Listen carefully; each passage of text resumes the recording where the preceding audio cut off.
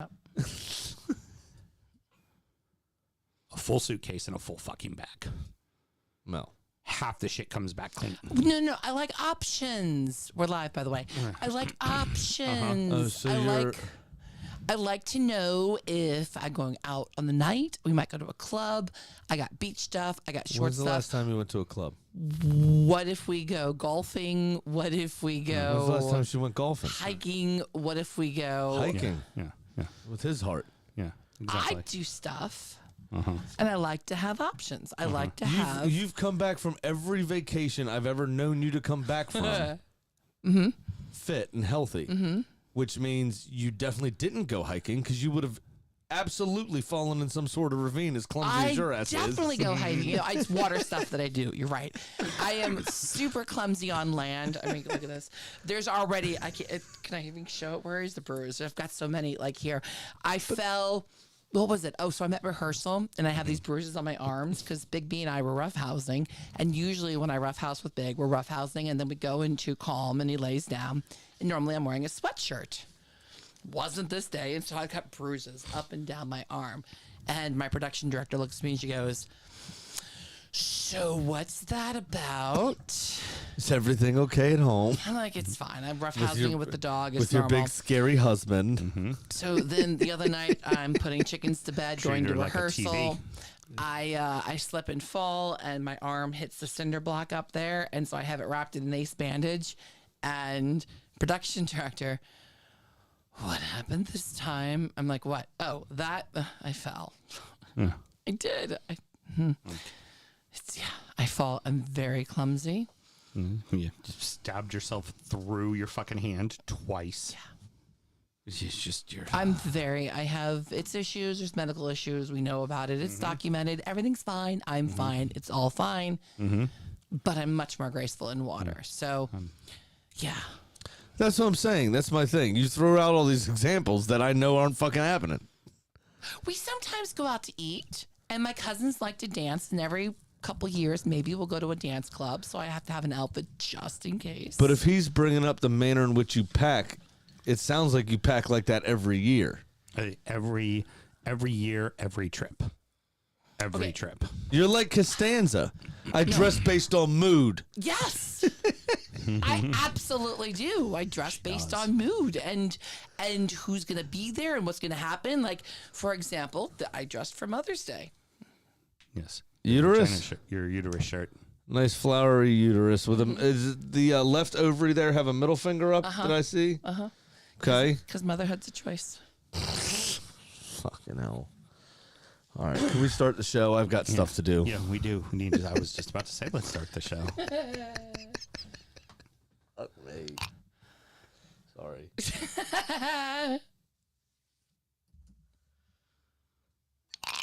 This is Ray, Manchester United supporter and P1 supporter. Fuck the rest of the league. Red Devils are going to win this shit. Peace out, baby. Oh, and you're listening to DU Football Show. Sorry, mate. Yeah. You Right. didn't. I had your shirt ready to wear today. All you had to do was score a goal. Yeah. Goal. Just Couldn't one. manage. A goal. Couldn't really even manage a proper chance, You know, actually. not really, not at all. It was Well, that's pretty that covered. embarrassing. Let's start the show. Born in the land of Bowie, Maryland. Bred to be a fan of fucking Everton. Punch you in the eye and drink your rye. Sam Houston. Sam Houston? Arsenal fans have another Sam. Right, the fucking Gooner Graham. Stump of a lord. Look straight in shorts. Sam Graham, hey. Sam Graham. Fucking United!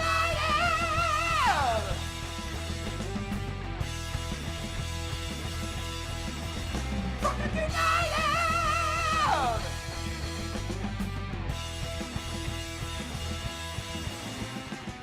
Hello and welcome to the DU Football Show, a completely biased recap of the English Premier League as told by two common American schmucks. I am your host, Sam Houston, and across the way from me, actually murmuring to himself, "Yes, I can. Yes, I am. No, I don't." While the fucking song was going on, as he was mouthing to you all, I heard him murmur those positive affirmations. My co-host, Mr. Samuel Graham. what is life without a positive affirmation, man?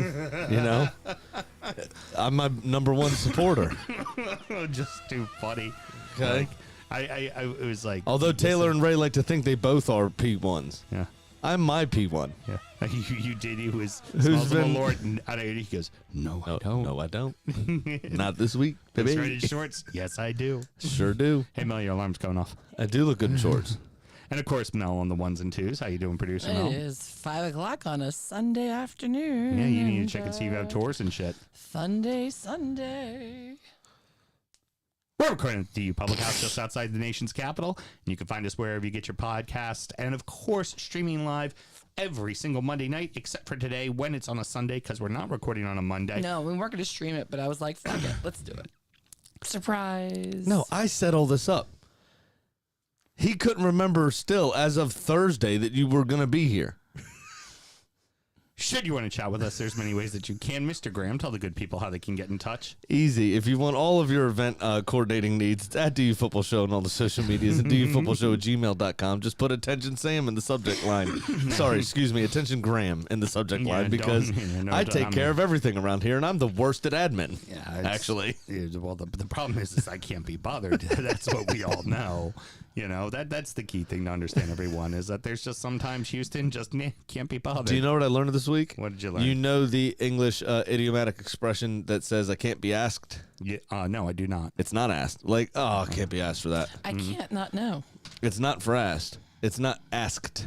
It's asked. Like, I can't be bothered to get off my bum. Oh. I can't be asked for that. Can't be asked for It's that. ASSED, which I found interesting. Fantastic. No one's ever corrected me, Yeah. and I've always said I can't be asked. Yeah, right. And no one's ever said anything because it means the same fucking thing. But the saying is, I can't be asked. I can't be asked. Yeah, Yeah. very good. I can't be Love asked. that. Sam and myself both work in the wine and spirit industry and both have a deep passion and love for all things distilled spirits. So is the red-blooded Americans we are. We vow to have a drink in our hand throughout the show and every single show. Mr. Graham, gin binge continues. New gin, new tonic. What are we drinking this week, my good friend? So this week we have Gin Gigi. This is a Darjeeling India Dry Gin. What? What'd you I call know. it? Gin Gigi. That's Gin what it's called. Gigi. Gigi just left. Gigi just left. I know. Gigi was here for sound Yeah. check. Pretty sure that's why Sam told me to bring it. This It is was. an India Dry Gin. It's made from finest Indian botanicals, not India's finest botanicals.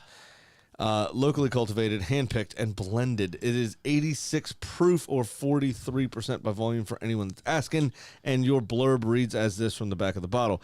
The name Gigi is derived from the Hindi. I got a little thing here. The Hindi word probably Jijivisha, a word best used to describe a lust for life. Gin Gigi is an exploration across the diverse landscape of India to capture the unique flavors of this magical country.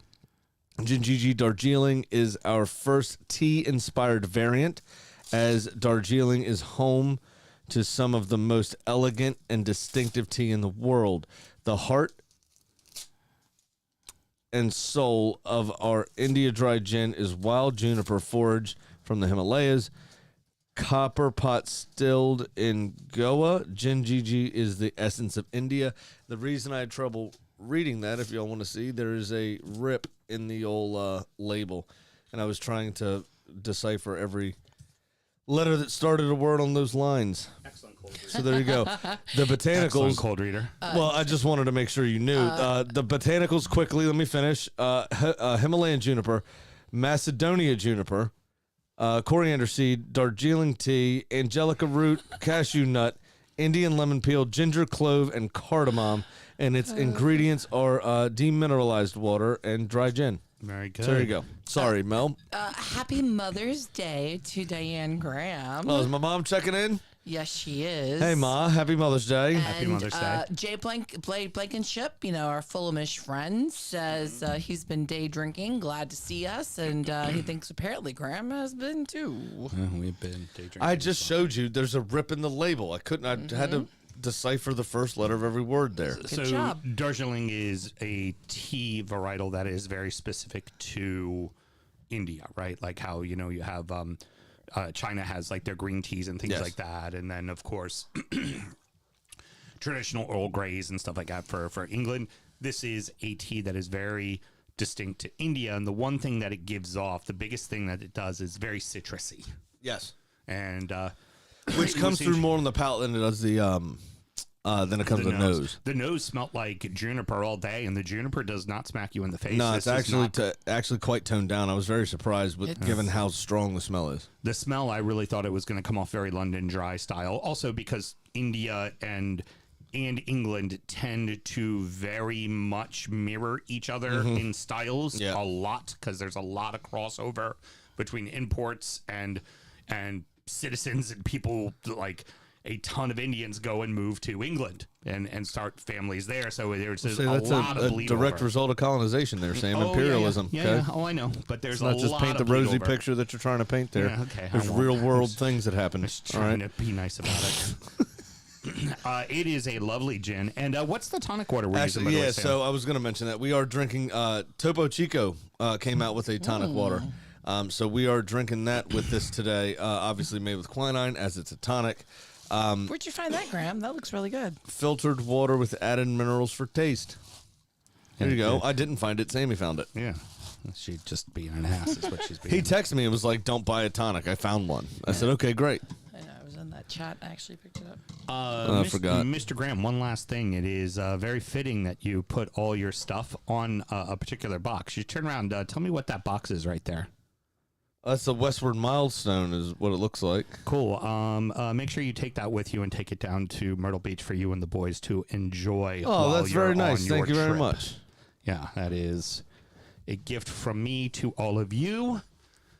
Thank you very Reminding much. them who their favorite supplier is. I appreciate that. I will definitely do that. Also, we should make mention, as it is Mother's Day, Mel. Yeah.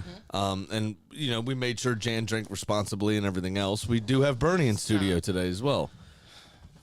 Happy Mother's Day, Bernie. Love you, Mom. We miss you very much. And she's a gin I gal. might actually cry. Y'all are being terrible. We're not being terrible. Not being I love terrible, Right. just talking about how much we loved Bernie and how we're sad she's no longer here.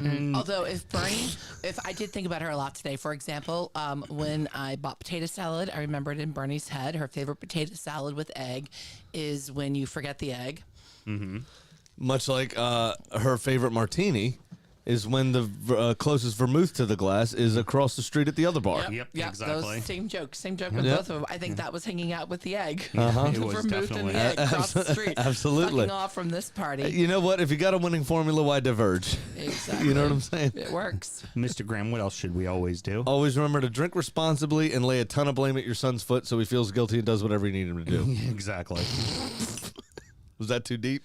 I mean, actually, one would dare. Spot on. That hangs with me still today. That's why she's here. Precisely. Jesus Christ. It's so bad. Mom, I'm actually an Ay, ay, ay. executive now. I'm not just some guy who goes out and buys drinks. Oh, Actually, fuck, I'm an executive. Now he's an executive, No, Mel. I'm not a, leave it where it is. Executive.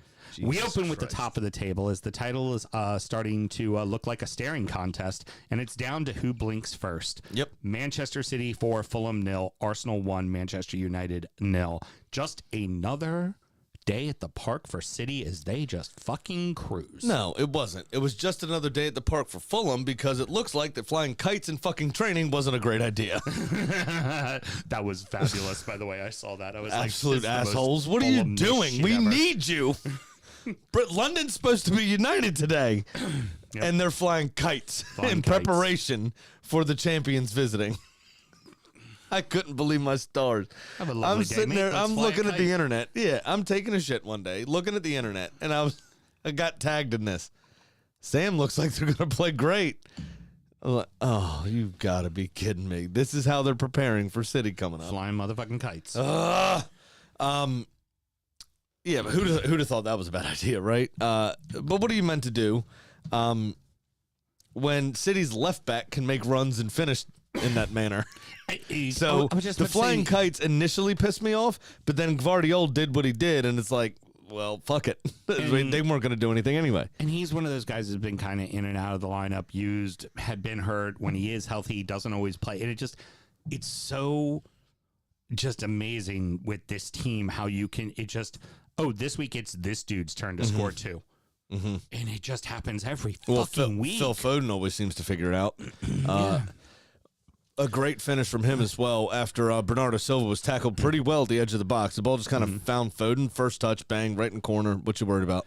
Well, but also, like, remember Doku had a run where he was in scoring form. Grealish had a run where he was in scoring form. And then smattered all over the place when nobody is scoring and they need a goal. Boop, Bernardo Silva scores. Like, that's what this fucking team is. Rodri, Yeah, it's a bit Rodri ridiculous. is good to give you 5 fucking outside the box, upper 90 bangers a season. But also with Rodri especially, it's always a big goal. Oh, it's yeah. always either against a big team or in the waning moments when it's still 0-0 or whatever. It's always an important, very big goal. Is the key with League, him, right? Well, 100%.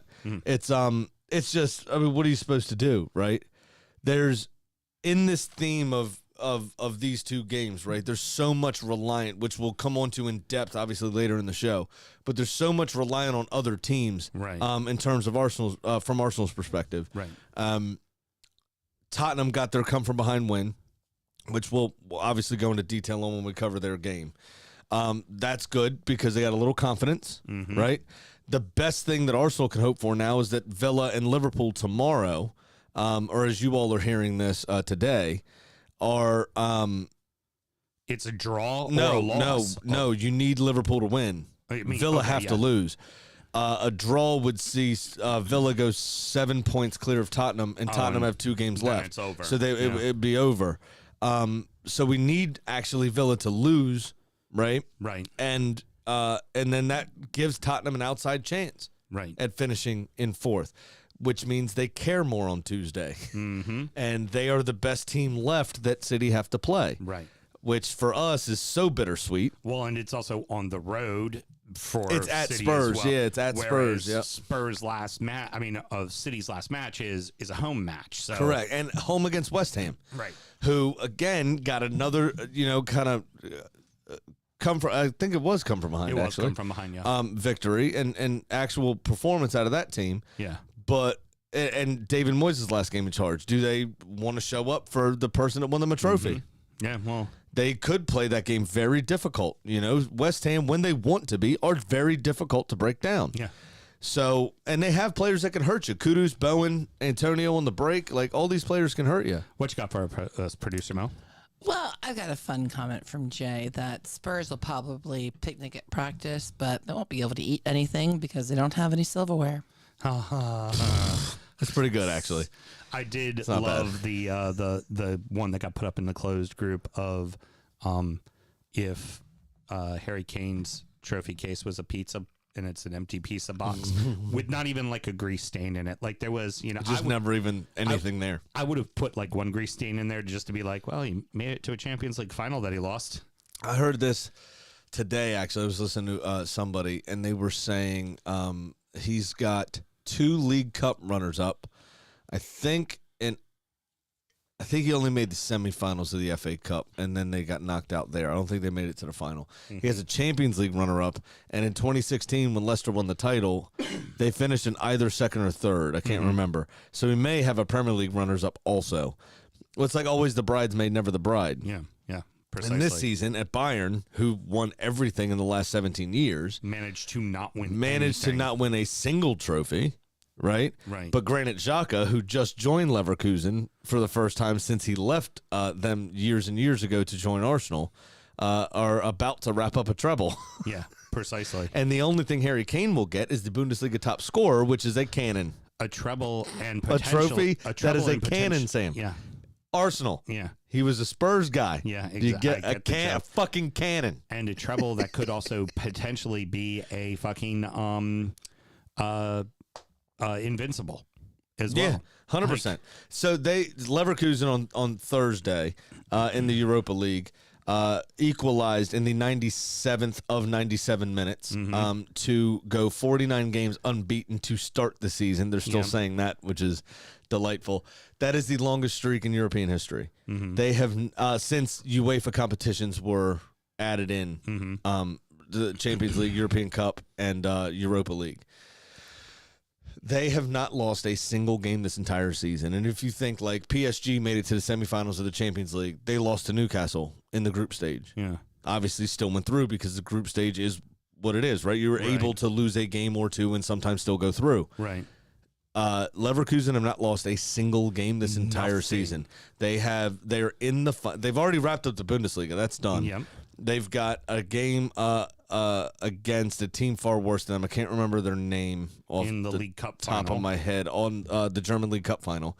And then they will be playing Atalanta, I believe it is, in the Europa League final, which they'll be heavy favorites to win. Yeah. Yeah. So that's pretty wild. But yeah, I mean, as we get back to the Premier League, obviously with that whole kind of diatribe, we can't talk about these two without talking about those other games, just in terms of scenario, right? Which is why I mentioned them. Obviously, we'll go into the detail of those games in a few minutes. Well, and the other thing too is this this all can be decided by Wednesday. Is the other thing too. So going into the last game of the season could mean fuck all by Wednesday. Not for Arsenal. This is definitely the last day of the season, right? Yeah, but for European and for relegation, it's like almost everything could be decided Wednesday. Completely decided. Yeah, could be decided by Wednesday. Absolutely. But even then, on the last day, you would need help. I need help still. You need yeah, help. I would need help from one of the last two teams. Yes, Yeah. But us beating Manchester United today ensured that it goes to the last day of the season because now we are on top of the league by 1 point and 3 goals. I was about to bring up the goal differential. The City- goal differential has become much smaller now. But City play Tottenham Tuesday, which they could go 2 points above still. Right. But if they were to lose or draw, it would come down to goal difference. And you guys have the considering goal we beat you. Right. And right now we have goal differential. Yes. Gotta say, moving on to the next match, a bit of a dog shit match, but Arsenal get it done, and that's ultimately what you need to do. It even kind of felt like as the game rolled on, Arsenal just went, we ain't pushing for a second unless they give it to us. No, it's going to be 1-0. We're not going to lose. We're not going to get scored on. There was like 7 minutes of dominance Yeah. to start the game immediately, just Arsenal on the front foot, period. It was fruitless. And then there was a long ball played over the top and a very nervy moment between Saliba and Gabriel and Højlund chasing them down. Mm-hmm. And it was like, oh, shit, we could fuck this up. Let's Right. not fuck this up. Yeah. And then they went into straight conservative mode. Yeah. United were never dangerous in the game, Yeah. really. I never got the feeling they were going to score. Possession was about even, maybe even a little bit into United's favor. Well, and it But was also Arsenal just because you were decided- giving yeah. them the possession, especially But towards that's the it. end of the match. That's exactly it. They just went, fuck this. We're just going to shut up shop. And they did to great effect. Like I said, Raya made, 2 saves, maybe, tops all day, and they were both kind of weak chances. Now, where you were talking about them not being able to create opportunities, I think there needs to be a lot of credit given to Ben White because Garnacho, it wasn't for lack of effort, and they certainly were going down his side most of the game. Because Garnacho's their best player. And, absolutely their best player. And Ben White didn't fall for any of it. Ben White put him right in his pocket, and he might have beaten him a few times, but Ben White got him right back into line. And everybody covered Never properly threw as well. out a foot, never, because you think of like when Everton played Manchester United in the 2 penalties for Garnacho because players decided to take a nibble. Ben White was smart enough to be like, I'm going to force you one way. If I can get the ball, I'm going to get the ball. Otherwise, I ain't going to fucking swing at you. Exactly. And he just did a lot of credit needs to go to that player in particular 100%. in this match. For me, that was the man of the match was Ben White. Absolutely. I would tend to agree with you, to be honest. I do want to make mention, though, about how far Casemiro's legs have gone. I mean, we talked about it a lot after the Palace game on Monday. But he's the entire reason that Arsenal scored a goal. Oh, that goal was fucking terrible, and it was on him. I mean, and Tegan was watching the game with me, and I said, this is why you push your defense out. Yeah, right there. I said, do you see this? Everybody else is 5 yards ahead of him. He's trailing far behind, just kind of walking and ball watching. Kai Havertz is offside if he busts his ass and get out, as he's supposed to do, but didn't. And then also did nothing when the ball went very easily into Trossard for that tap in. Yeah. Like, It's he was 'cause right in front of it. Now, he came into a Real Madrid team that Toni Kroos and Luka Modric were already a little older. They were still very good, but the reason they were so good is because he did a lot of the running for them. He's got a lot of miles on the clock. Oh, yeah. And I'll give you that. However, if you can't hash it no more, fucking tell the manager you can't do that. Like, the manager should realize this. Should be playing somebody else. But a center back partnership of Casemiro at 34 with a million miles on the clock and Johnny Evans at 36, 37. I mean, there was never going to be any other outcome. How pathetic. There was never going to be any other outcome. How pathetic was it that at the end, Ten Hag is just left to just going, fine, fuck it, I'll just put a bunch of kids on. Like, he just literally just put a bunch of kids on. It was like, at least they'll fucking run, right? Yeah. Like, at least they'll run. Maybe you should have started that way. Yeah. Yeah. I don't disagree. I don't disagree. No Bruno Fernandes, obviously. No Harry Maguire. I mean, maybe you should have started the kids. Yeah. The best player on the pitch for them was a toss-up between Kobe Mainoo and Garnacho. Yeah. But everybody else was trash, Yeah. including Hoyland. He did nothing. Yeah. And your first answer is Anthony off the bench, which is he's already trapped. Yeah, good luck. You know? I mean, he ain't And going to do nothing. And I will say, in the case of Hoyland, I'll give him a little bit of a reprieve simply because he is playing what is probably, He has no service at all. right. There's no service. He's kind of a man on an island, and he is playing, frankly, The best center back partner. center back duo in the entire Premier League. Like, you know, everybody keeps ranting and raving about David Raya is going to be the Golden Glove winner because the amount He of already shutouts is. right, because of the amount of shutouts he had. It's because of the two center backs in front of him that he has those many shutouts. Because this person who's in second behind him is Jordan Pickford for Everton, who has 115 more saves than Raya, and he has only 3 less shutouts. Like, yeah. something to be like. Couple other fun stats. Arsenal have now scored 89 goals, which is their highest goal total in a league season ever in their history. Wow. In their history, all the way back to 1886. Also, Manchester United have a -4 goal differential after today. They have never once finished with a negative goal differential in the Premier League. I know.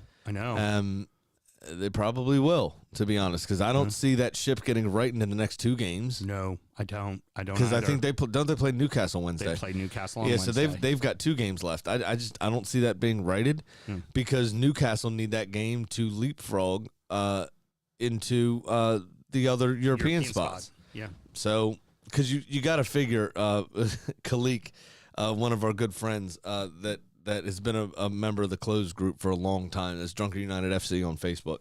He said the other day, so when's City's scrimmage against United or end of season kickabout against United Yeah, for the FA Cup. for the FA Cup final? And I feel like it's going to be the same thing, especially if they can't get any of these players fit. Agreed. It's going to be trouble. I mean, it'll be a stretch anyway. But if they're starting with Casemiro and Johnny Evans, it's going to be 8-9-0. You got to imagine Watford will no longer have the record for being the worst team beaten in the final. Yeah, I don't disagree on that one. The other one last thing to mention is the commentators made this remark as the match was going on. JB brought it up in the closed group, and I feel zero sympathy. Was the Manchester United's physio? That's the busiest man in the world right now, and it's like, yeah, but it's not an excuse. With most clubs, injuries can be an excuse. I mean, even with Newcastle, Right. But when you have the most, you are without a doubt the wealthiest club in the world. You have the ability to just make a new jersey and China is going to print off $1 billion for you because everybody's going to fucking buy it, right? Like, you have that kind of global outreach that there's a reason why no one ever talks about them being in financial fair play or PSR problems. because I brought this up the other day in the closed group. Yeah. I said exactly that. They never will Because be. they sell so much shit. I mean, literally. And their business model has been buy players that sell shirts. Right. Which obviously doesn't create a good team, which is part of the problem. But that's the thing is Ed Woodward, for the obviously he's gone now, but for many years ran Manchester United under the Glazers in terms of day-to-day operations. And he was obviously a brilliant commercial guy, right? A business guy, which is fine. But at the same time, if you're not performing on the field, right, how much better is your commercial side going to get? So, they were still challenging for honors, at least under him, which they haven't been for the last 2-3 years now since he's been gone. Since you've been gone. I heard. But it's a callback. Is that Taylor? Yeah. Oh, It's Kelly It's Kelly Clarkson. Clarkson. that's the same thing in it. Oh, Kelly Clarkson! That's a callback to the 40-year-old virgin. I do remember that actually. I That's love when he you, was getting his, Here's- it was when he was getting his chest Here's done. what I wanted to get to on that greater point is that I feel zero sympathy for a team that has the ability to just buy whatever they need, and they haven't bought smart enough. They've bought old, aging players to try to fill in, and when you're that injured and that bad and that down, right, and you're missing that many players. When you're that club, I don't feel sorry for you. You should have three fucking lineups of players. Your fucking youth players should be chomping at the bit to want to be fucking putting on that jersey. But that's You the should have thing is signed a that their young kid players from don't. you should have bought a young kid from somewhere instead of Johnny fucking Evans on a free. Should have bought some fucking young kid from someplace else, and that kid had been sitting on the bench the whole year, begging to put on a Manchester United jersey. So when they're like, "Oh yeah, they've gone through something," fuck you. Fuck you. You're the club that I feel zero sympathy for. But that's what happens. You remember the old Lewis Black bit about the nipple and Yeah. being out or whatever, and he goes, "Well, I got to say nipple. Right. Without the nipple, it's just a shoulder with no bone structure." I mean, that's why you call somebody a tit, is Right. because what's a head without a skull?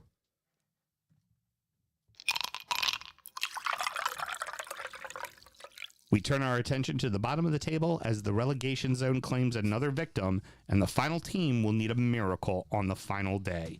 Spurs 2, Burnley 1, West Ham 3, Luton 1, Chelsea 3, Forest 2. Claret's come out swinging. I got a question to start this off, actually, Sure. because of our boy Brett. Mm-hmm. As an atheist, did you throw in miracle for Luton as a dig because Burnley got relegated, or no? No, it was just in general. I know, I'm just calling you out. It's perfectly It's fine. kind of poor writing, actually, and disrespectful to our friend. No. Because he brought Jesus to the good people of Burnley, as we all know. No, because Luton needs a miracle because they got to win 6-0. And Yeah, but if Jesus is gonna lose visiting 6-0. Luton, how could he be in Burnley? Okay, fine. Well, it had nothing to do with that. I just like poking a bear, that's all. I was thinking more of "Do you believe in miracles?" Yes, was what I was thinking of. Was the fucking Yeah. the hockey team? You know, that's what I was Right. thinking of when I wrote that. Good. The hockey team. Not everything. The is, Mighty Ducks? Not everything is God hating for atheist. Okay, I Just didn't need to say you realize that. hated God. I just said you said he turned just his back don't on think he Burnley. exists. That's all. Anyways, Burnley come out swinging, but ultimately not enough as two defenders score for the win. Yes, which seems to be Tottenham's bag of late because their forwards are absolute garbage. Richarlison was hurt for this game. Obviously, he came on and scored against Arsenal, which you thought, like, oh, okay, look at Spurs. Here we go. Yeah. Injured again. Yep. Like, it just can't seem to stay fit up front. Timo Werner's not going to be your end-all, be-all. We said that when he got signed.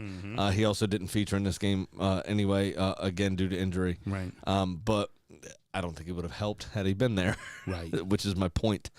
Son has been in terrible form all season. It looks like he can't carry the load, a void left by Harry Kane. As we've seen, this all does not bode well for me on Tuesday, does it? No, it does not. What I do like is that a weak come from behind win, as you say. Burnley went ahead early. Jakob Brun-Larsen again, who's been a fantastic signing. Not signing, but new player to the Premier League after their promotion, is what I mean. Just somebody new in the consciousness for most football fans. He's been excellent this season. It was a perfectly timed run. He did great to neutralize Van der Ven's pace by getting across the front of him and slowing him down with that immaculate first touch that he had following that through ball. And then he finished well. Past Vicario was great. And I thought, this was the title challenge done and dusted. Because if Spurs lost, Tuesday wouldn't have mattered at all. Wouldn't have mattered at all. Not one bit. Regardless of Villa's result on Monday. So all of this made me very worried, and then Spurs actually pulled something out of their pocket there. They grew into the game a bit. They had more chances. They finally got seemed like their feet underneath of them and played some of the Ange ball they've been playing all season, for the most part, minus this kind of 10, 12 game blippy run they've had since the start of the year. Yeah. So I think that was very important that they got that done. Agreed. And take that confidence into Tuesday, hopefully. Yeah. Of course, it doesn't. How much confidence does it instill when you beat an already relegated team? Right. But well, no, they were then made relegated because of that. Well, yeah, Right. correct. Yes. That's ultimately but- what put them down. Now, the other question that I have for you there too would be, Champions League is still in the cards for Spurs, but they need a ton of help. They definitely need Villa to lose their last two. They need Villa to drop points in both. Yeah, Is the key. If Villa lose tomorrow, the last game comes to stoppage time. The last game comes to a draw or loss for Villa with a Spurs win, and it'll come down to goal difference. Now that being said, Spurs currently are 8 down right. in goal difference.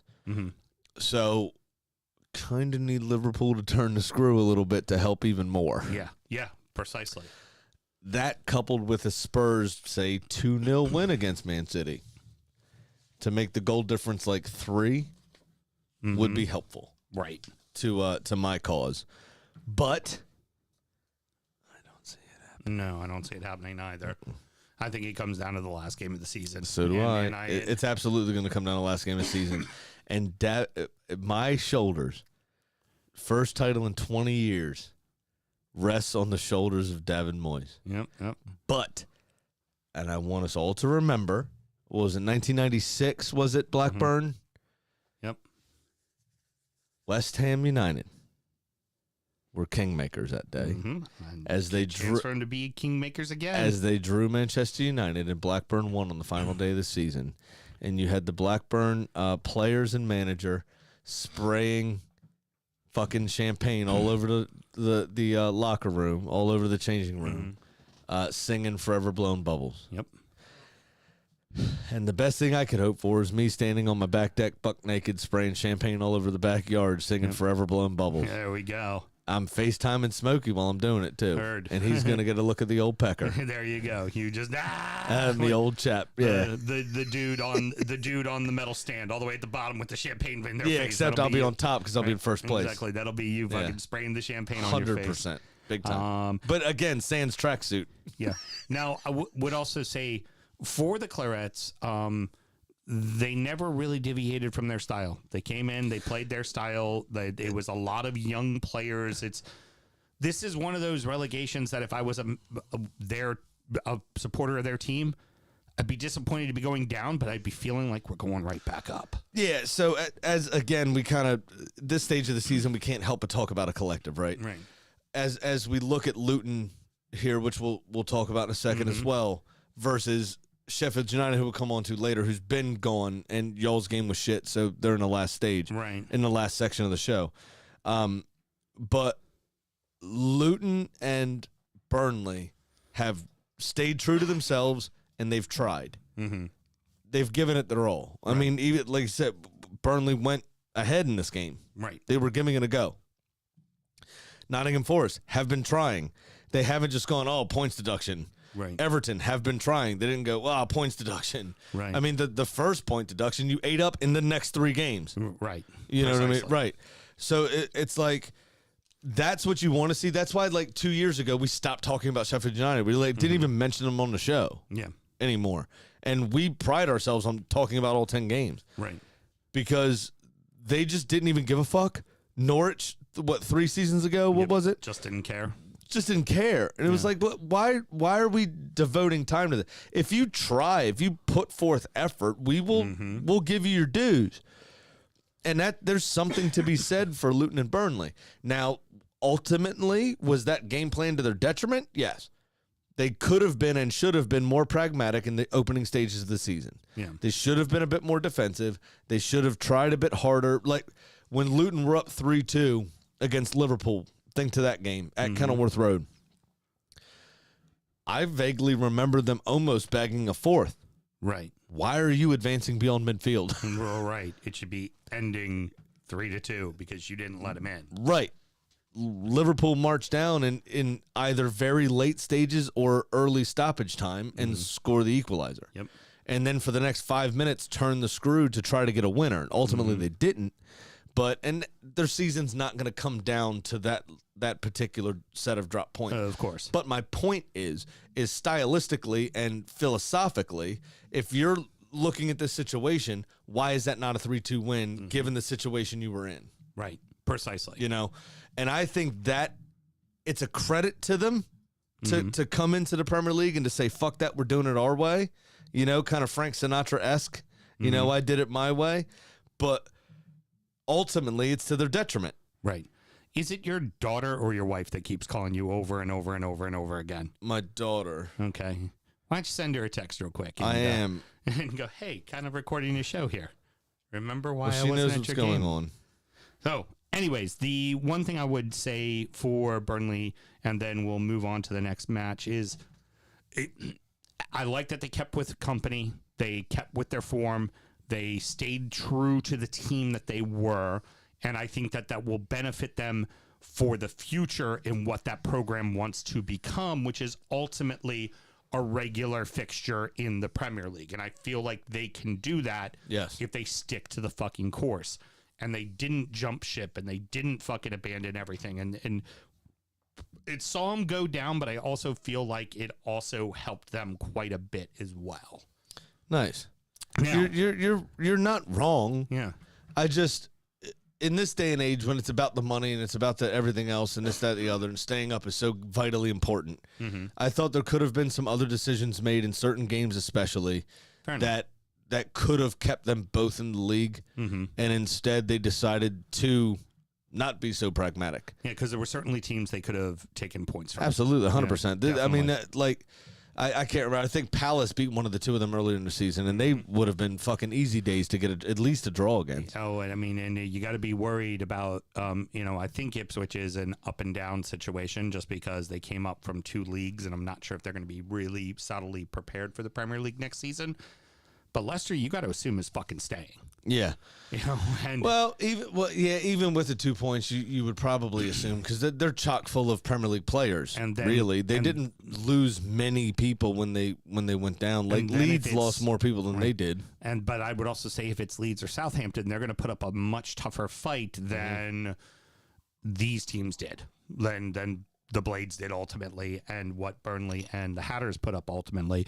The Hatters had a perfect first half. Drunkard United would put a better display up than Sheffield United.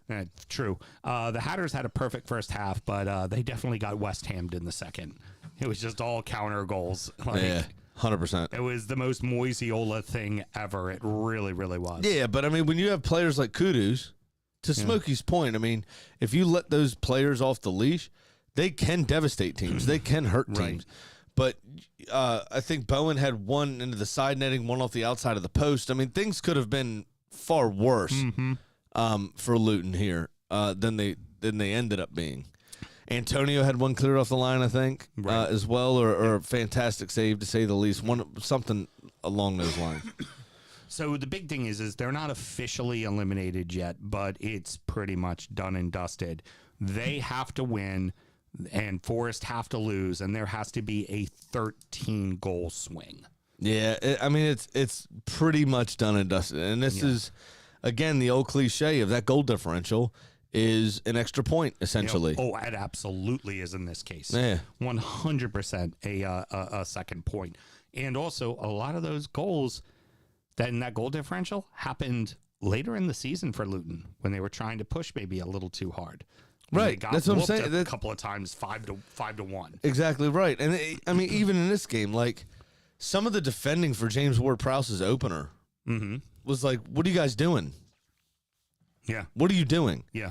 It's almost like there was this squabble of children, and James Ward-Prowse was like, well, I'm the dad, and then Goal. just came in and put it in. Yeah. Like, I'm taking charge of the situation. Yep, precisely. You're going to stop hitting your sister with your toy truck. You know what I mean? Like, it was just, just a bit, kind of ridiculous. So finally on to Chelsea and Forest. Oh, what an actual game, man. I'm sorry. Yes. We have to quickly mention George Earthy, Oh, yes, the kid. the kid that got knocked out by his own player's hip Yep. a couple of weeks ago. Debut goal on his second appearance for the first team for West Ham. Absolutely. And we were nervous whether or not he played the rest of the season. Yeah, and he came because of back. that. And he came back before the end, obviously. And it was absolutely fantastic. It was virtually his first touch of the game. And good on you. Yeah. I mean, just seeing players score their first goal for a club, really, regardless of who it is, It's it's always always great. a joy to It's watch. great to watch. I mean, just the absolute unbridled enthusiasm on that kid's face when he scored. He didn't know whether to grab the badge, pat his chest, do the irons. He didn't know what to do. He was just so fucking happy he did it. did everything. And you could see the fucking 18-year-old raging boner he had in his pants as he ran to the corner to Yep, slide. he I was was like, very don't happy. do it. You might break it. If you get this wrong, you're going to fucking break your Gonna dick. be 3 drag lines in the behind the slide. Exactly right. Yeah. And the old, what are the old farming things? Yeah, the plow. The plow. Now back. Great point. Thank you for Give it bringing to that a, up. a real plow. Yeah, I heard actually a great fucking game Just between awkwardly stared at Mel, and she won't acknowledge me.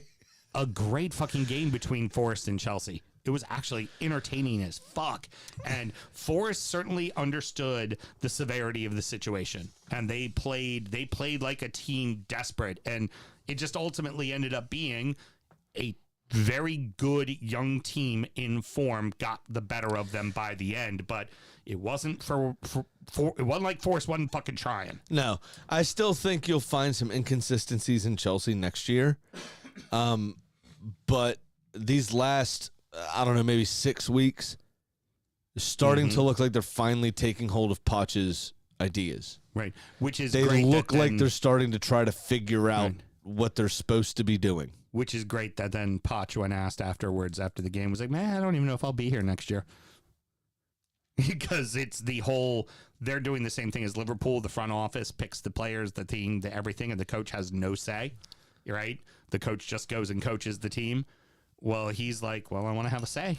And he's like, yeah, I don't know. And then Chelsea came out and said, we're going to assess the whole season for Pochettino. And it's like, what you should be assessing is where the success is. And if he ends up getting you into fucking Europe, and frankly, if he gets you into Europe, he definitely saves you from financial fair play fucking problems and PSR. Like he fucking saved you from that.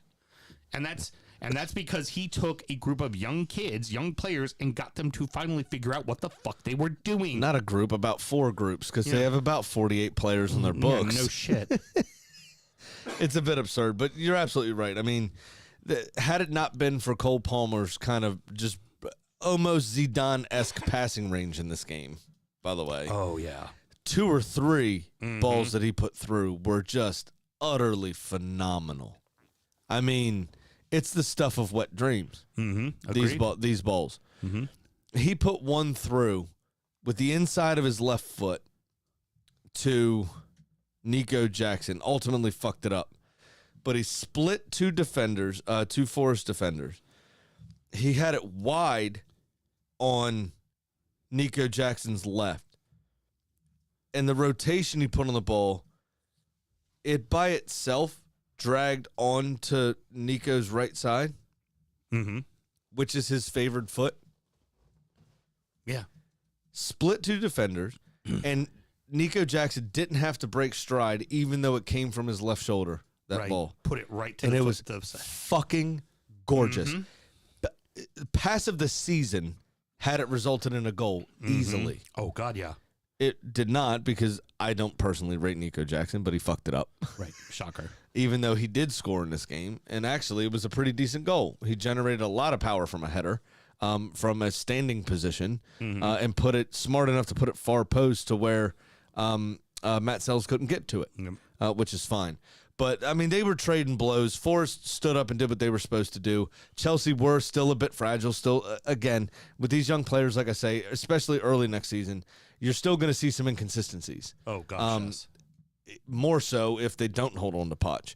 But ultimately, this was probably the best game of the weekend for me, all in all. Oh yeah. It absolutely was. They were all kind of back and forth. Willie Bolly scored a weird one, which is always fun to see. It's like John Madden said about when you have one of the fat guys scoring, one of the linesmen scoring a touchdown. Yeah, exactly. Willie Bolly doesn't score many goals, Right. so when he did, it was like, oh, huh. And then you get that kind of that quote unquote fat guy celebration, Right. Which is a ton of fun. I'm gonna eat some poi dance. Yeah. The other thing mentioned, it almost seemed like it was going to be the perfect ending because Hudson-Odoi scores against his former team, obviously. and it was a peach. But again, my problem with this is watch any of the tape from the last month. Right. You know this is what he's going to do. That's what he's doing. So why aren't He you cuts stopping in that? from the left. He cuts into the center of goal Yeah. and hits with his right foot into a curler to the far side. Right. Why aren't you covering How many times has he done it? Right. He did it twice last week, and I mentioned it. Mm-hmm.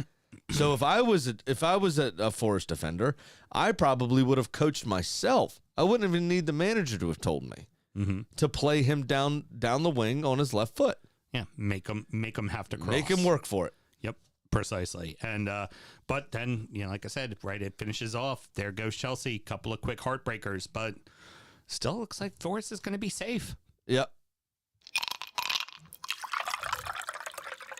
Let's make this short and sweet because really not a ton to say. Rounding out the rest of the league, and so that happened. Palace 3, Wolverhampton 1, Newcastle 1, Brighton 1, Everton 1, Sheffield 0, Brentford 2, Bournemouth 1, and of course Villa and Liverpool play on Monday, which is when this show is going to be released. Elise Mateta Eze again and again and again and I mean, it just seems like every time they score anything more than 2 or 3 goals, it is those 3 names are 2 or 3 of those names every fucking time. 100%. The thing's going to be with Palace is they've obviously been playing a ton better. They look more organized. They look more together. They look more of a unit. And he also, remember, hasn't even had Tyreek Mitchell. I'm sorry, Mark Gahey. Yeah, Mark he Gahey's just been got hurt. Mark Gahey just got back. Mark Gahey back. He had Oliver Glasner had not had him in a single game since he took over until his 5-minute cameo last weekend. Right. Right. So this was the first game he had him in full, really, as a fit Palace player. But they're going to be absolutely chuffed that their front 3 are doing this. The problem is going to be, as we've already said, you can't talk about any of these games without context.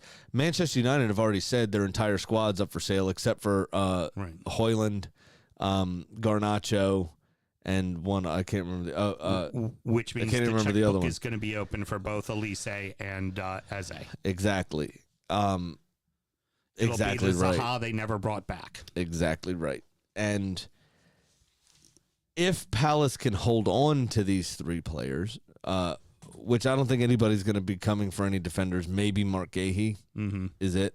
Yeah. Maybe Tyreek Mitchell, but I can't Maybe. really see it at this point Right. because of how the rest of the season went minus the last 5-6 games. Right. Those front 3 are the ones that are going to be sought after. Right. If Palace can hold on to them, I could see them pressing, not necessarily getting there, but pressing for European place. I could see them in like a 9th place finish, for instance. Well, keep in mind, too, but- they have gone this entire season without Decore, their primary Well, holding also, midfielder. yeah, fair enough. The Yeah, whole- absolutely. Imagine what they are. They've had to with play a Casper, the backbone. friendly midfielder, the whole Right. time. Imagine what they are with a fucking backbone. Like, Yeah. But also, imagine what they are if all of those guys get bought this summer, which could also fucking happen. Which could happen. Which could Such a easily big happen. Question mark. So that's the part that I'd be worried about. But the only thing Wolves really produced in this game at home, which is kind of a surprise, was the Cunha goal. And they were rather fortunate that VAR caught the non-offsides that was called offsides on the field. Yeah. Joachim Anderson, obviously with his trailing leg, kept Cunha on, or whoever crossed the ball to Yeah. Cunha on with the initial pass. But Palace were just clinical. Yeah. Yeah. Elise's Absolutely. goal was excellent. Mateta's goal was great reactions. Even Nathaniel Klein for Mateta's goal, that little dink ball from Elise, again, could have been pass of the season. But Nathaniel Klein put it off the bar, not the bar, put it off the post, and Mateta just reacted first and was able to stab it home from 6 yards out. And then one more thing worth saying is this matchup will be at Navy Marine Corps Memorial Stadium this summer on July the 31st, right in our backyard. That's it. I'm excited to go see it, hopefully. If you all are planning on attending it or anything like that, reach out to us. Please We would make sure you love- let us know. Yeah, because you are absolutely. legitimately in our backyard. This is our fucking hometown. It's where we fucking live. We always say just outside of the nation's capital, it's motherfucking Annapolis. That's where we are. So like, literally, if you're coming, let us know. We definitely would make sure we catch up with you. Bit of a slip from Newcastle. I mean, Brighton's got to be, happy that they at least got a point, but for Newcastle, it felt like opportunity missed here. Well, I think Brighton would be disappointed because they actually scored first. No. They'll be disappointed because what you need to know about this game is that in the highlight package, Sam, it went from kickoff to 17 minutes. Right. Because fuck all happened, apparently. Yeah, exactly. Fuck They all did happened. nothing. Yeah. And that was the majority of the game. Fuck all happened. They had a few bits of football here and there that were played back and forth. But ultimately, nothing really went on. And that 17th minute was the Veltman goal, right? Mm-hmm. And Brighton were playing well enough and organized enough that they would be disappointed that Newcastle ground them down and snuck the draw. Right. But Newcastle also, a draw is not what you needed. A win probably secures Europe for you, where now you need to definitely win against United, which is not a hard ask, but still. No, it's we not- did it not even getting out of first gear. Right. Precisely. But generic white man from the north, Sean Longstaff, generic white man from the north, number 2, because number 1 is Scott McTominay. Generic white man from the north, number 2, Sean Longstaff, obviously got Newcastle's goal. It was actually a decent little finish It was. from him. Now, here's what I'm going to be saying about the Blades for the remainder of the season, for the final game, because I imagine I will say it 3 or 4 times, because how I do the final show is a time breakdown, not a game breakdown. 101 goals against. Yeah. Now we'll talk about Everton. Because that is what I will now say about when Sheffield concedes another goal on the timeline. I will say Sheffield has now given up 102 goals and 103 and 104 because they're going to play Tottenham, who will probably smack them around for 5 because the game won't matter. You know.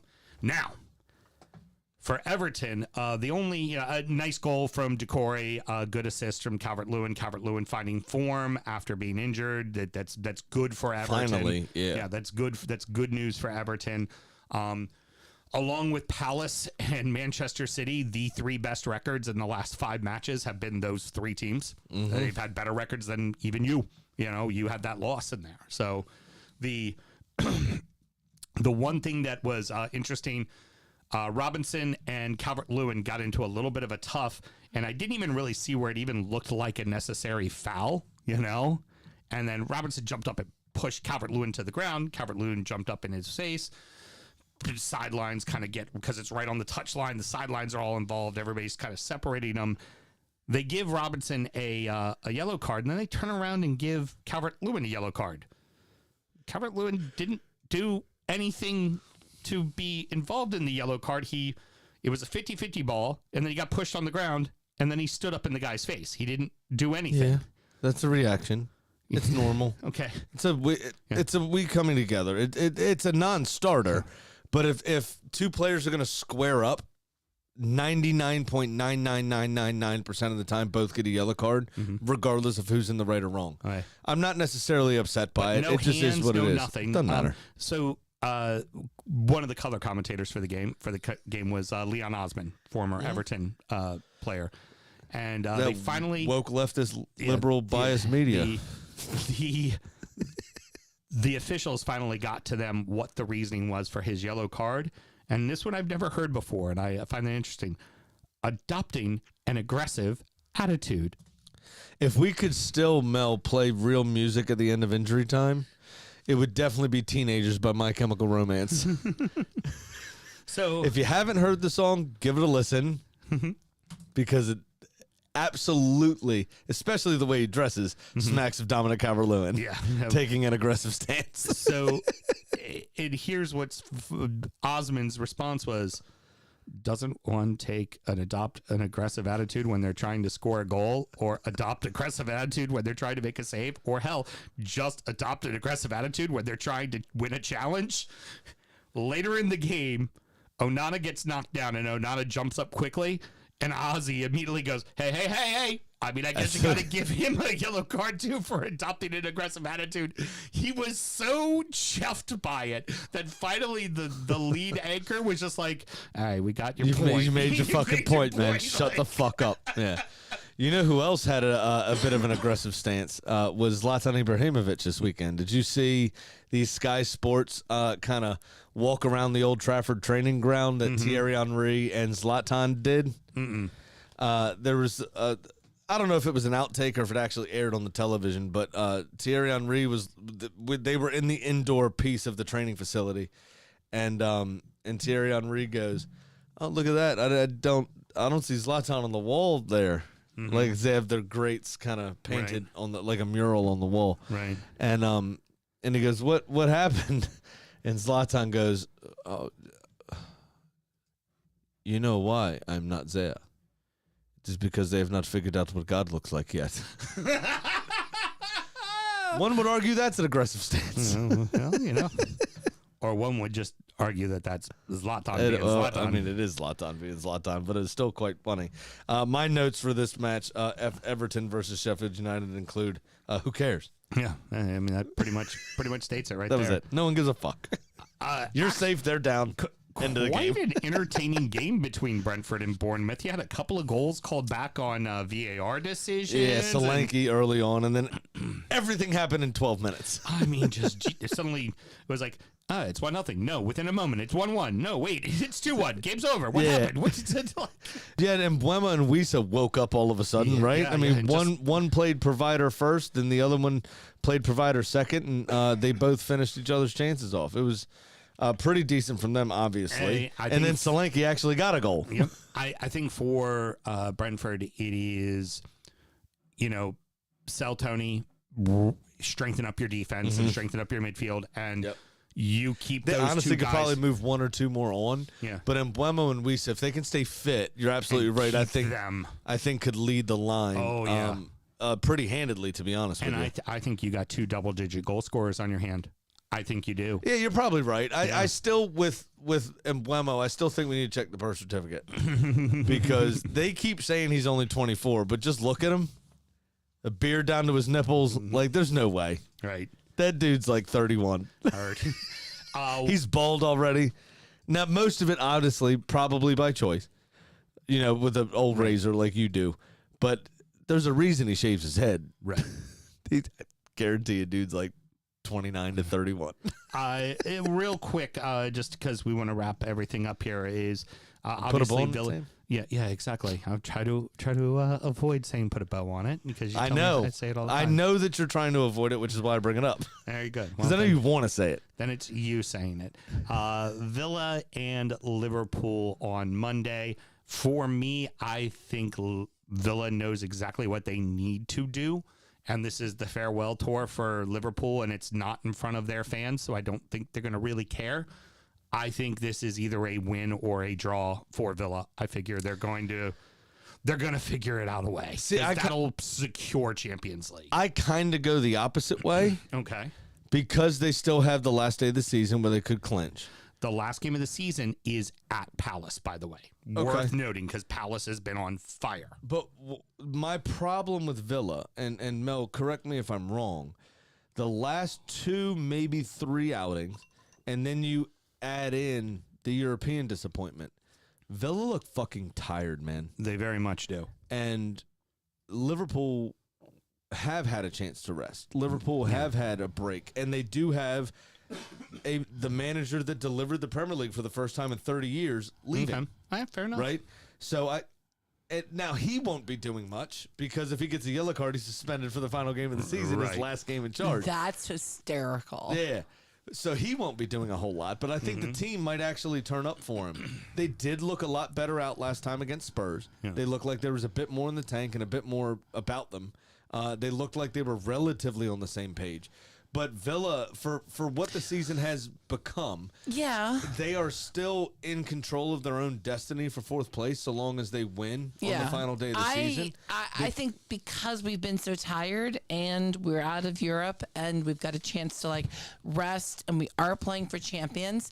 Plus, there are 2 teams in the Big 6 that Villa seems to have the number of. Liverpool's one of them. Oh, we know the other. Say it. Arsenal. Fuck off. Big Sam. Oh shit! What are we doing next? Bet. Bet. You were right the first time. Big Well, Sam. kinda. Where's the buttons moved? What the fuck? This is why you stream the live. Yeah, look at that. Big Sam is right there. I've fallen is right there. It's never like that. Championship. What kind of gremlin shit did your mother do? Championship It's corner. not Championship Corner. That's Look another at it. show. It's all messed up. Okay, well. Sure That's the money. one. No, it goes. Okay, well, let's move on. I gotta write this edit down. Hold on. That's crazy. Are you seeing this? I'm seeing it, Mel. I just don't see it happening. I think they're too tired. Yeah. I really do. Mm. And the getting knocked out of Europe happened just last week. All right, let's do it. Sure money. That took a moment. I was just buying our time, Sam. Yeah, That's exactly. all. I I'm don't really still want to talk anymore confused. about it. I lost again. I lost again. Yeah, no shit, I did too. Fucking Fulham. My cup of losers says flying kites, huh? That was a good idea. Absolute twats. Fucking pricks. Very good. Sammy, what happened to you, my friend? I will go through all my statistics when we get to me. I lost, so I am down $678. Good luck. Big Sam's Lock of the Week. Found the button that time. Did you know that 23.684211% of the time, it works 100% of the time, doesn't it, Mom? Yes, it does. For my couple losers, I just wrote nope, just nope. You know, This whole show's a couple losers. it really Today. You're Stop. Stop. This week, Ashes to ashes and dust to dust. this week, Mr. Graham, I'm pulling to you. 10-legger on the final day. Fulham over Luton, Brighton over Man U, Arsenal over Everton, Newcastle over Brentford, Spurs over Sheffield, Forest over Burnley, Liverpool over Wolves, Chelsea over Bournemouth, and Manchester City over West Ham, and then finally Villa over Palace will pay out $21,594. My good man. Nice. how much? $21,594 on a $100 bet. Okay. Now, I've got a problem. Why don't you bet that? Okay. Okay. Just kidding. Don't. Don't buy it. Don't just bet $10 and win 2,100. Yeah, precisely. Because if you lose $10, whatever. Yeah, If you lose exactly. 100, Yeah, we we have to might have not a be able to eat conversation. tomorrow night. But if Right, you lose yeah. $10, you don't have to tell me about that. Yeah, gotcha. Here's the problem. I have the games in FanDuel. It wouldn't give me odds. Oh, no shit. Yeah, FanDuel gave me odds. I went right through and did the whole fucking thing. All right, then I'll go back through and do it again. I know exactly what I did. But do you want to read Pat's email this week? Sure, I can read Pat's So email while real I quick. take care of this, because it And told me now, that. Okay. it's time for our degenerate I'm gambling done. friend Pat's Pick of the Week. Jesus Christ. Fuck off. Going out with a bang bang chicken. Alrighty. I hit last week, so I'm now down only $925. Let's have fun and try to get even for the last week of the season. I'm going to risk $575 on Arsenal beating Everton, Liverpool beating Wolverhampton, Tottenham beating Sheffield, and oh my God, I am actually going to ride Chelsea beating Bournemouth. That pays out $1,017. Sorry I didn't go on the show today. I'm in the middle of watching the O's get spanked on Mother's Day by Arizona. It's been a fun year. Can't wait to hear the craziness Sam has for the last week. Really hope Arsenal can pull it off this year. It comes down to Tuesday. You guys have a great summer. And see you all at the with a hot dog in one hand and a cold beer in the other in a couple of months. Pat out. Tuesday. Nice. Yeah, see, look. All right, let's get rid of that. Is it going to give me odds? It's not giving me odds. I went right through it, gave me odds. Yeah. My games cannot be selected, but then look here. Oh, is it because you picked also the midweek as well? Yeah. You can't pick the midweek because initially I was going to pick Newcastle. I was just going to do a simple bet of just Newcastle winning both of their games, and it wouldn't let me do the two together. Oh, well, so this I is- only did the 10 fixture the weekend, not the full 13 games left. All right, so I'm very far down. Mm-hmm. So what I did was the midweek, and then can I share a screenshot Yes, please. on Thursday of my weekend picks and bet twice this week or no? What's that? I said, can I bet the midweek, which is what I wrote down because it was giving me this error message, Yeah. and then share a screenshot on Thursday of my weekend picks. Absolutely. I'll let you do both. So I'll bet $200, $100 each. Yeah, you're Okay. good. Yeah, go All for right, it. so for the midweek, It's here's your what I'm going bit. to do. We can't not have you do. I know, which is what pisses- 9-way parlay. No, I did a 15 or 13 or 14 game, whatever it was. I did that for the whole week. I was going to just bet everything that happened, but it wouldn't let me. Anyway, here we go. I'm now down $2,347. Mm-hmm. Another stellar year. Yeah, fucking rock star. You. So here we are. This midweek, I'm going to half that deficit because Liverpool and draw over Aston Villa on Monday, Tottenham or a draw with Manchester City on Tuesday, which could lose it, Mel, obviously. Chelsea to beat Brighton because I think they're riding a good bit of form. And Brighton I don't see completely out of it yet. And then Newcastle or draw with Manchester United because Newcastle are away from home. Mm-hmm. That pays me on a $100 bet at plus $1,055. Okay, very good. Okay, so that's my midweek, Mm-hmm. right? Wednesday night or Thursday morning, I will share my All the other games. all the other games for the weekend. I will share my weekend bet. I imagine you're picking similar to what I pick, except for you'll probably pick West Ham to draw or win. I don't know yet. Yeah. I might go reverse psychology. Okay, I might go City over 5.5, right, just to win it. and then West Ham win 1-0. Very good. Love it.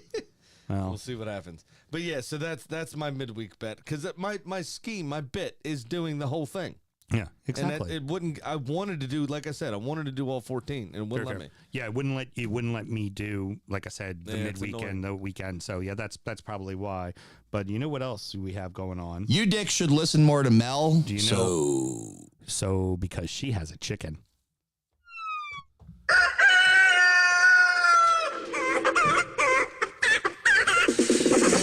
Well, I was doing some tour business while I was also looking at my phone, so I am pulling this up blind because that is how good I am. So Kitty hit it with the Spurs, and now she sits at 20-15. So this time I gave Kitty Burnley hosting Forest. So she showed me a picture of her. A picture?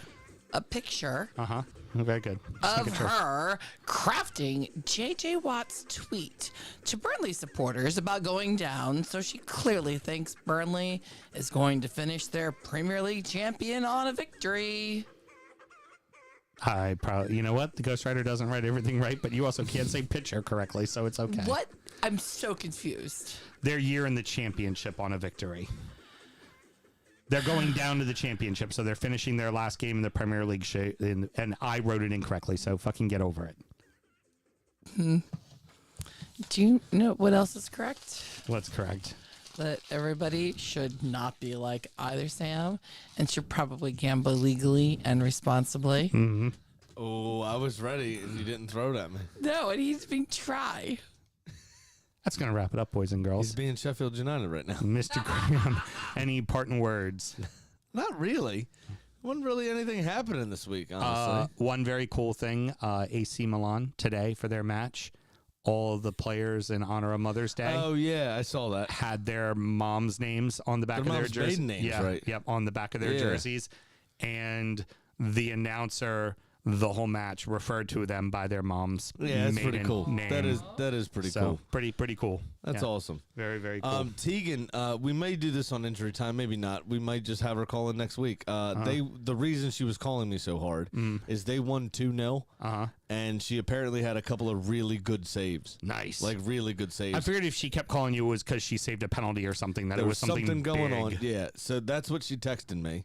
So I do want to shout her out real quick. Excellent. And maybe on injury time, Mel, we give her a week call and let her explain a couple things. That sounds great. All right, Awesome. perfect. Yeah, but other than that, nobody was a cunt, so it's easy. Oh, good. And let's go ahead real quick. And next up is going to be the EFL show, which is going to be honestly short and sweet because it's just playoff matches. So probably only going to be about a 10-minute show. But we're Perfect. going to keep that streaming as well. And then after that will be injury time where we will preview the entire midweek and weeks action for the final time of the season. Should somebody want to find Injury Time, Mr. Graham, how do they go about doing it? It's very easy. It's patreon.com/DU Football Show. You sign up to that $5 tier. You get everything that we do extra. That is Injury Time, as Sam just said, our preview show. That's also Sound Check, which is our actual sound check. There's been times where you haven't heard a fucking word, but then you heard a podcast because we fixed it during that show. You're welcome for the 9 minutes of silence. Very good. All right, everybody. Till next week and the season finale. Good night.